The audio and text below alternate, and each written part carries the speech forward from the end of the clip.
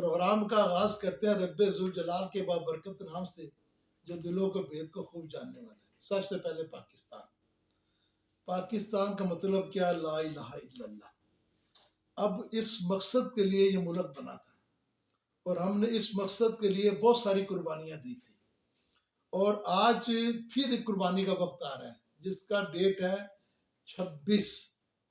ہمارے ملک میں جب سے پاکستان بنا اس وقت آج تک مختلف طاقتیں اس پہ حکومت کرتی رہی ہیں، اس میں آج تک ہماری ہوش میں کوئی لیڈر ایسا نہیں آیا، کیونکہ لیڈر ہمیشہ ملک کی تقدیر بدلتے ہیں۔ یا اشرافیہ یہ قبضہ گروپ ہے، انہوں نے اپنی تقدیریں بدلی، اپنی آل اولاد کی تقدیریں بدلی ہیں، اور ان کے سب پیسہ لوٹ مار سوٹ کر کے انہیں باہر کے ملکوں میں محلات تیار کیے ہوئے ہیں۔ اس میں چاہے وزیر خزانہ ہو، چاہے وزیر اعظم ہو، صدر، کوئی بھی ہو، مختلف پارٹیوں کے۔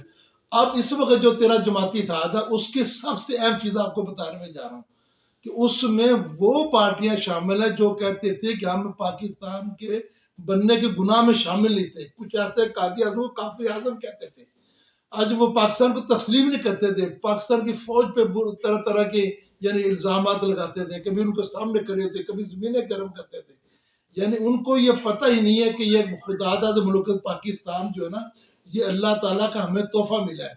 اب انہوں نے دنیا کی مختصر زندگی کے لیے اپنا ہر چیز، اپنا دین، ایمان، ہر چیز داؤ پہ لگا دیا ہے۔ ان کا مقصد صرف رسول تھا۔ اب جب یہ رجیم چینج ہوئی، اس کو آپ نے دیکھا ہوگا کہ اس کے بعد سیلاب ہے، سیلاب میں ان لوگوں نے اسمبلیوں میں قوم کی بچیاں نچائی، جبکہ بڑے بڑے علماء وہاں بیٹھے ہوئے تھے، لیکن ان کو کوئی خیال نہیں ہے کہ یہ ملک اسلام کے نام پہ بنا ہے۔ اس کے بعد جس طریقے سے منڈیاں شرعام لگی، کسی عدالت کو کوئی خیال نہیں ہے۔ اس کے بعد ملک کے جتنے بھی باہر کے جتنے بھی کرپٹ لوگ تھے، جتنے لوگوں کے پاس قرضے جن کے پاس چڑھے ہوئے تھے، وہ سب کے قرضے یکے بعد دیگرے معاف ہوتے گئے۔ یہ اس کے ملک سے کھلواڑ ہوئے۔ اب ان کی آل اولادیں، نسلیں سب باہر ہیں۔ اب پچھلے دنوں میں جیسے اشرف شریف کا قتل، اس کے لیے وہ تسلیم حیدر نے ایک بیان دے دیا کہ اس میں لندن جو ہے، جو آج کل گڑھ بنا ہوا ہے، جس میں نواز شریف اور اس کی بیٹی مریم وہ اس میں شامل ہے، تو اب اس کا وہ بھی وہاں سے ہجرت کر کے اب سیر پہ گیا ہوئے ہیں۔ تو مسئلہ یہ تھا کہ اس ملک میں انصاف کسی کو ملے گا؟ جتوئی رہا، فلانا رہا، مطلب کیا اس ملک میں ہو رہا ہے؟ اس ملک کی قوم کس دورائے پہ جا رہی ہے، کس جگہ یہ لوٹے گئے؟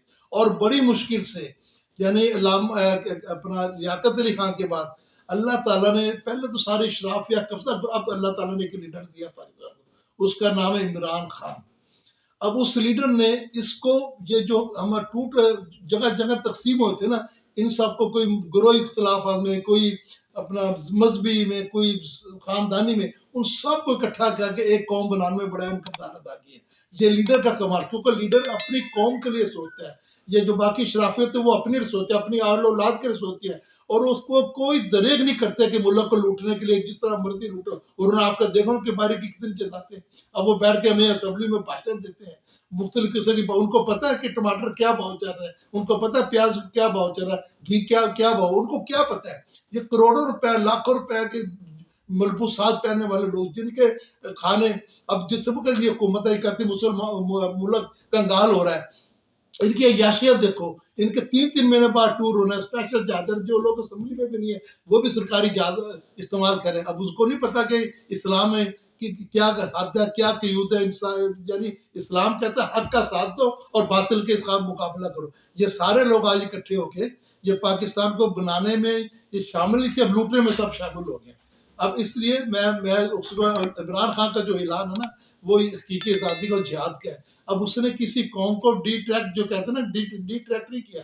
قوم پہلے ٹریک پہ تھی، اب اس میں شعور اور پیدا ہو گیا۔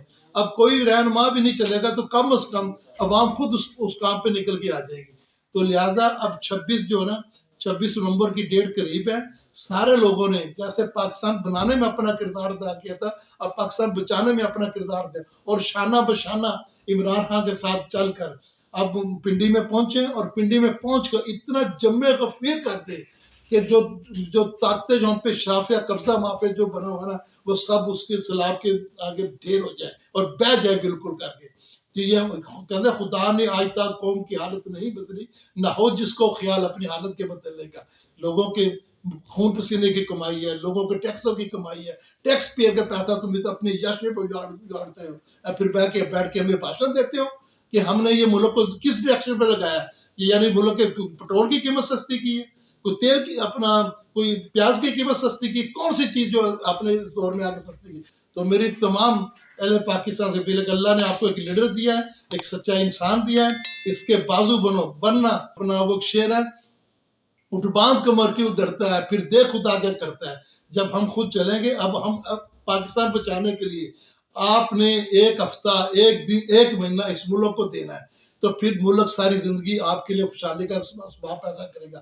ہماری نسلیں بچیں گی, ہماری قوم بچے گی, ہم تعلیم سے راستہ ہوں گے, ہمارے ملک خوشحالی ہوگی, بے گھروں کو گھر ملیں گے, اور پاکستان ترقی کے راستے پہ گامزن ہوگا.